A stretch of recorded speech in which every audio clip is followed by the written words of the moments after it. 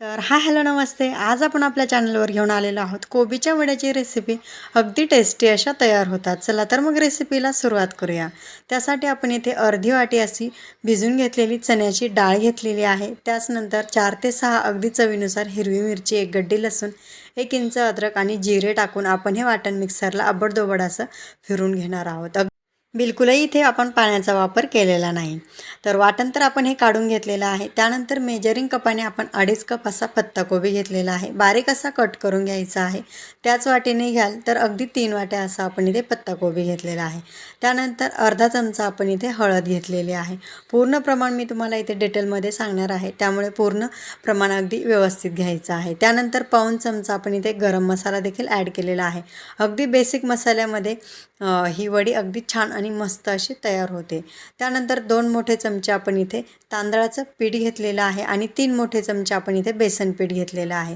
तुम्ही जर डाळ इथे थोडीशी जास्त घेतली तर पिठं कमी घेतले तरीही चालेल. डाळ आणि पीठ अगदी प्रमाणातच असावं असं काही नाही. तर आपण हे सगळ्या जिन्नस टाकून घेतलेले आहे. त्यानंतर अर्धा चमचा आपण इथे जिरे देखील टाकून घेऊया आणि अर्धा चमचा ओवा.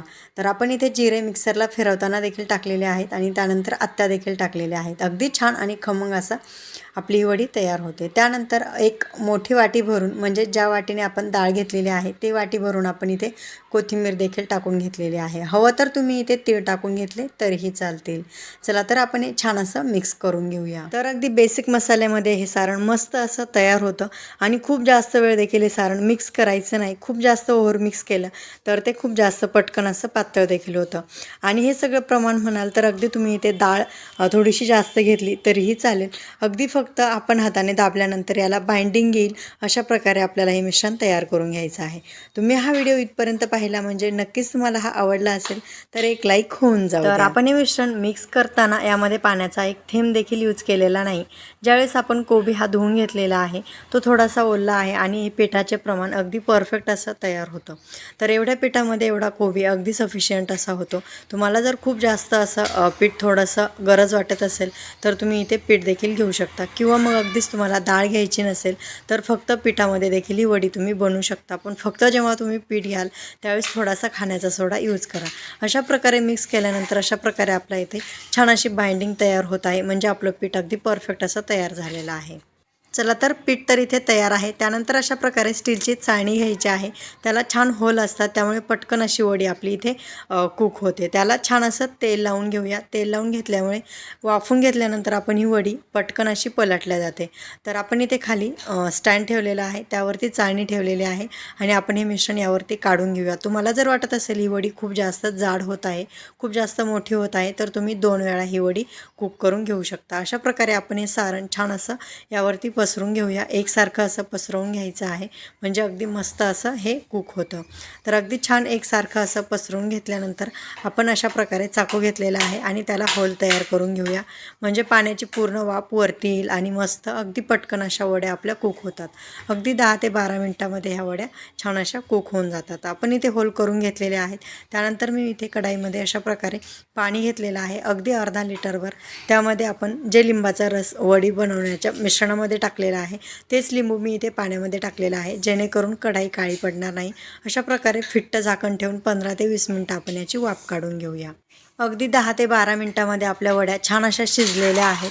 थोडासा चाकू टाकून पाहायचा, कोरडा निघाला की वड्या अगदी परफेक्ट शिजल्या आहेत असं समजायचं आणि थंड झाल्यानंतर डिमोल्ड करून घ्यायच्या. तर मी इथे अशा प्रकारे डिमोल्ड करून घेतलेले आहेत आणि तुम्हाला हव्या त्या आकारामध्ये तुम्ही इथे वड्या कट करून घेऊ शकता. मी इथे अशा प्रकारे चौकोनी आकारामध्ये कट करून घेतलेल्या आहेत.